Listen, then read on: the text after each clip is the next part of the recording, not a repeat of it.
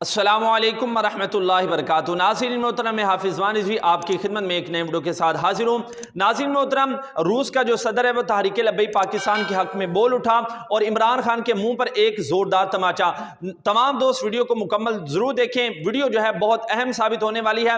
ناظرین محترم، آج 20 جمادی الاول ہے اور آج غازی ممتاز حسین قادری شہید رحمۃ اللہ علیہ ان کا یوم شہادت ہے۔ ادھر ان کا یوم شہادت ہے اور جس مشن کو لے کر وہ اس دنیا فانی سے گئے تھے، آج اتفاق سمجھ لیں یا غازی صاحب کی کلامت سمجھ لیں، آج وہی مشن جو ہے وہ پورا ہوتے ہوئے ہمیں نظر آ رہا ہے۔ ناظرین محترم، آج 20 جمادی الاول کو جو روس کا صدر ہے جناب، اس نے یہ بیان جاری کیا ہے۔ اس نے کہا کہ لوگ کہتے ہیں کہ ہمیں آزادی دی جائے، مسلمان کہتے ہیں کہ ہمیں آزادی دی جائے، اور وہاں پر یہ آزادی کیا دی جائے کہ ہمیں جس طرح چاہیں ہم گستاخی کر لیں۔ تو روس کے صدر نے کہا ہے کہ اس چیز کی بالکل بھی اجازت نہیں ہونی چاہیے، کیونکہ اس طرح جو مسلمانوں کے دلوں پر ایک ٹھوس پہنچتی ہے اور اس طرح مسلمانوں کے اندر جو ہے وہ ماحول خراب ہوتا ہے، تو اس چیز کی بالکل بھی جو ہے وہ اجازت نہیں دینی چاہیے۔ اور ناظرین محترم، یہاں پر جو ہے بابا جی کا ایک جملہ اور بابا جی کا ایک قول بہت ہی اچھے طریقے سے مجھے یاد آ رہا ہے۔